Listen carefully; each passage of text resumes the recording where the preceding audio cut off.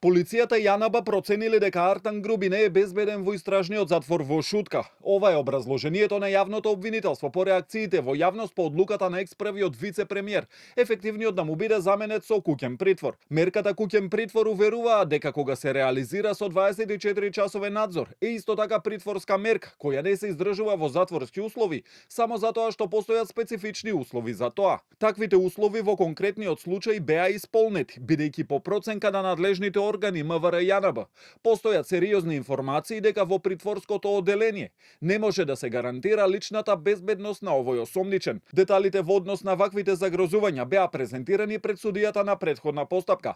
Соопштија од јавното обвинителство. За какви конкретно закани за безбедноста на Груби станува збор, од МВР не сакаат да откријат.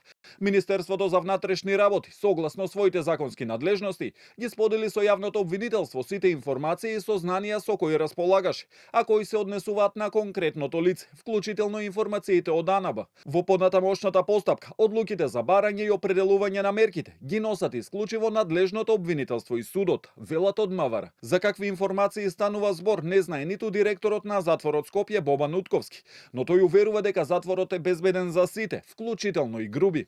Безбедноста на затворот ја гарантираат државата преку законите и институциите. Управата на затворот, директорот и раководството, затворската полиција, службата за обезбедување директно ја спроведува безбедноста. Министерство за правда или надлежната управа за санкции врши надзор и контрола на нашето работење. Државата ја гарантира безбедноста.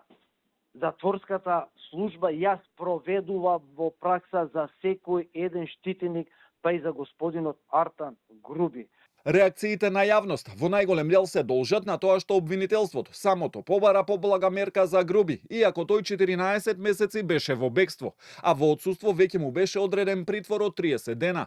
Адвокатите велат дека ова се случувало и претходно, но само за одреден профил на осомничени. Ваква пракса да лице од бегство кој ќе се врати да му се замени со куќен притвор, која што патам е спротивна на законот за кривична постапка, кај нас постои само за финансиски богати и моќни. Значи, во бите дека либерот на луѓе за кои што тоа си има случајно, тоа се Артан Груби, Сашо Мелков, Лјупчо Пецов Јалот, секому е јасно за каков профил на луѓе се работи. Инаку законот е кристално јасен, че 165 го третира ова прашање од законот за кривична постапка, каде што точка 1 опасност од бегство е основ за определување мерка притвор, заедно со можноста за влијание на постапката и повторување, можноста за повторување на делото. Значи, небулоза е за лице кое што година и 2-3 месеци било во бегство, вие да кажувате дека сега е он обезбеден и дека со тоа отстранета понатамошната можност за бегство. Предлогот за куќен притвор го дал обвинителот Даниел Коцев од Скопското обвинителство под раководство на Анел Фидоски, а решението го потпишал судијата на претходна постапка Марин Станевски. Сега доколку одбраната на Груби не се жали, според правниците нема можност одлуката да биде преиначена.